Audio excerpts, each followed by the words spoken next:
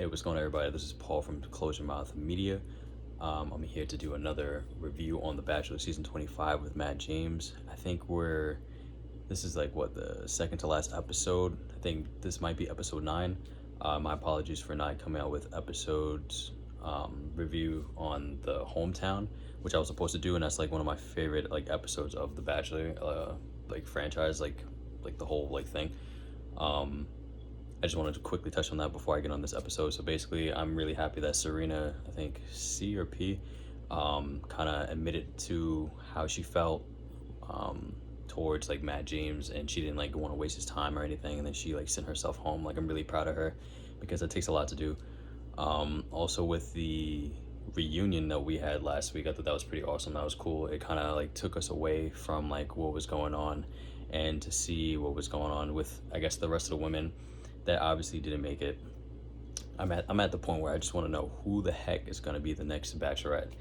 So anyways, let's get right into this episode. So we start off this episode with Michelle getting the first one-on-one date. But before we get into that, we see Matt, and he's kind of talking to himself in like the interview room, and he's like, oh, there's someone that I need to face to kind of help with these inner emotions, these inner demons I've been facing for like a long period of time, and it's been kind of conflicting within me, well, within himself, to kind of progress with his relationships with other women. And because if you guys, I don't know if you guys remember, but I think maybe within like the first 2 episodes, Matt explains that he's never fallen in love before. So, you know, him being, I think, what is he, like close to being like 30s, like late 20s, I don't really know. You know, I don't want to say like that's kind of like sad or crazy, because everyone falls in love at their own time. So he feels like this particular piece of his life that was missing, like that love and that interaction and that connection that he should have had with his father, kind of prevented certain things from happening on his end and on his brother's end. And it just ultimately changed the whole dynamic as a whole in the house, which it would for any family, obviously. So I think it was cool that we got to see Matt face to face with his father, and you know, obviously they have like a heart-to-heart conversation. It looks like Matt is about to cry a little bit, and I don't really blame him, because it's just like, it's a deep conversation, and it's kind of, I don't want to say uncomfortable, but it's like one of those conversations that you wish you wouldn't like have with your father like years later. Like, you wish you could kind of address that like as like a young adult, you know, just so you can move past those things, so you can move past those obstacles in your life, you know. So anyways, they got to the end of that. At the end of that conversation, it ended pretty well. He got the answers and the clarity that he needed, and that was really good for us to see. We saw Matt kind of break down too, because it was just a lot. It was a lot of emotional trauma from, you know, seeing what he put his mom through, and just how the whole dynamic of the show, of his childhood, changed within itself. So anyways, getting to the date with Michelle, it was very cute. It was a spa-like type of date. They were in like this cabin, it seemed like, and they had like they had this bucket full of oatmeal that you kind of just like dip your feet in, and I guess it's supposed to make your feet feel soft after. I'm not too sure. I have to look that up. And then they had this tub full of milk, which is like really cool. I've always wanted to try that. So I don't know if it was cold milk or warm milk. I'm out with no cold bath, so I don't know. But it was cool. Like, they was getting very intimate. They was rubbing like the butter all over each other's body, and they was just getting really close, him and Michelle, and it was good to see. And I thought overall the date was really cute. And after we get to them sitting at the table, I don't know if you guys noticed this, but when he lifted up the plate, the food looked fake and none of it slid down. So I was like, is it fake food just for the display to make everything look nice? And then he, like, as he was like taking the envelope to give to her to ask her if she wanted to join him in the fantasy suite. So yeah, anyways, obviously Michelle says yes. I think I said this before in like a couple episodes ago, that I haven't watched The Bachelor since 2017, so I kind of forget how these things go. I was kind of watching it like, does he take one girl to the fantasy suite? Is it all three? And as I'm like watching the episodes, I'm like, damn, like, does he sleep with all three of them? Like, that's kind of like okay, because I don't remember that. I remember like they have the choice of sleeping, but with that other person. But I guess it would be kind of weird if they didn't, because that's like the whole point of it. They kind of hype it up for that reason.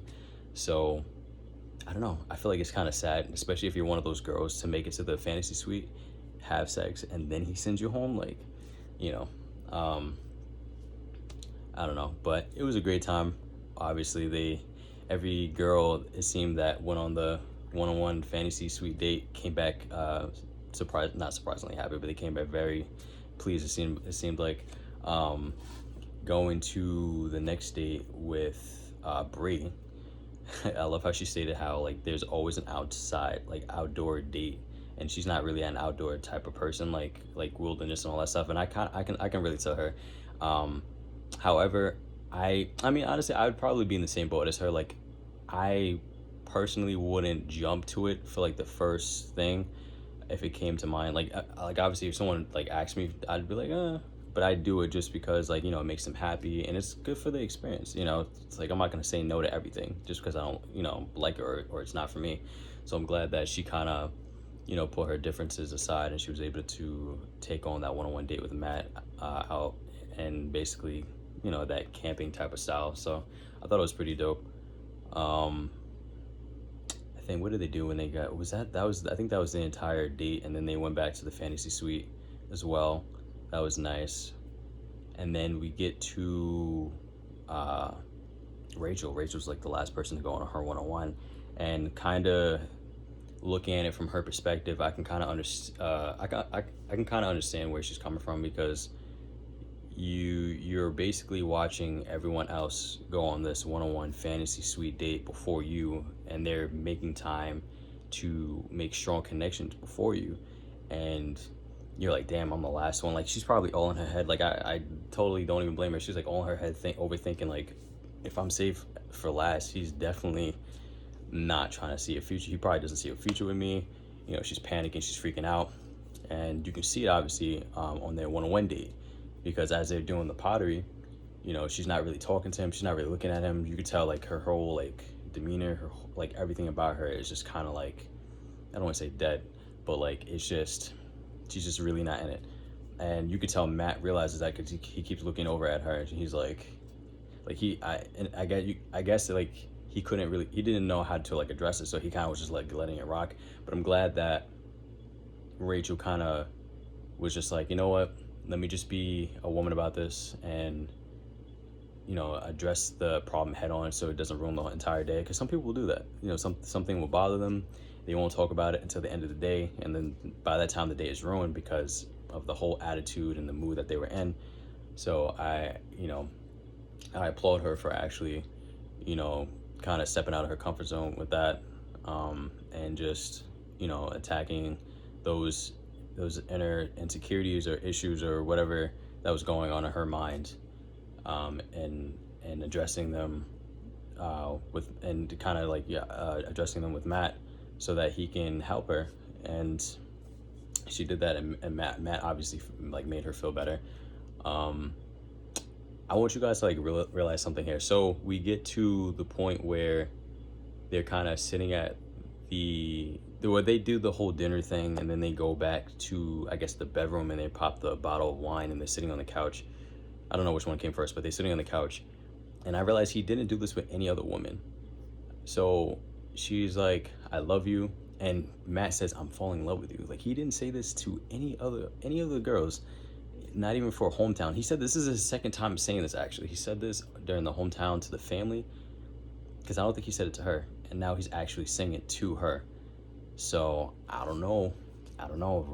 Rachel might be. I already knew Rachel was gonna end up being in the top two. I already knew it. However, I didn't see Brie going home. Honestly, I can't even lie, because I already had my mind made up that it was either gonna be Rachel or Michelle, but I wanted it to be Brie. But I just had a feeling that it wasn't gonna be Brie. And also all the other girls, all the other women that were like, "Oh, I love you," he was just like, "Oh, thank you for telling me," or he'll go in to kiss them because he doesn't know what to say back, just to break that awkward like situation. So he's very smooth with that. I always laugh when he does that, when they're like, "Oh, I think I'm falling in love with you," or I love you," and then he kind of says, "Thank you for telling me," and then he goes in for the kiss, or he just gives them a kiss or hug them or whatever. Um, and it's just, I don't know, it's just it's funny. Um, but yeah, he's never said this to any of the women in the house, and he said it to Rachel twice. Once to her family, and now to her. So I don't know. And then getting to the upcoming attractions for next week, we see, obviously, Rachel and Michelle meeting the mom and the brother, and Matt having that one-on-one time with his mom again, because I think the first time he had it was like at the very, very beginning of the season, and we see it again here in the last episode. And I don't know, I feel like that conversation with his mom definitely probably shifted like things like greatly, because he's like, you could see from the upcoming attractions that like he, apparently Rachel was saying how like he's not even like seeing her or whatever, and you see Michelle kind of sitting in the corner crying. Unless that was Rachel, I don't know, because it was dark in that scene. But like he's like really in his head, man. Like he doesn't know what to do. He was saying how like he's worked this hard to get here, and it's all like crumbling now. And it's like, what? It's like, what happened? Like, I don't know. I really feel like the conversation with his mom kind of broke him down, and he started to overthink things. But definitely let me know what you guys think. Let me know who you guys think is going to be the next Bachelorette, or who you guys want to see as the next Bachelorette. I personally want to see Bree as the next Bachelorette,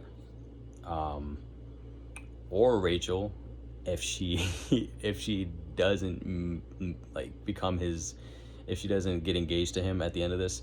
But honestly, I don't see them making her the Bachelorette, because of like the rumors going around that are supposedly true, of her being a racist and going to a racist party. But I don't know, let me know your thoughts on that. I also would like to see Kit as the Bachelorette, or even Michelle, honestly. I feel like that would be pretty cool.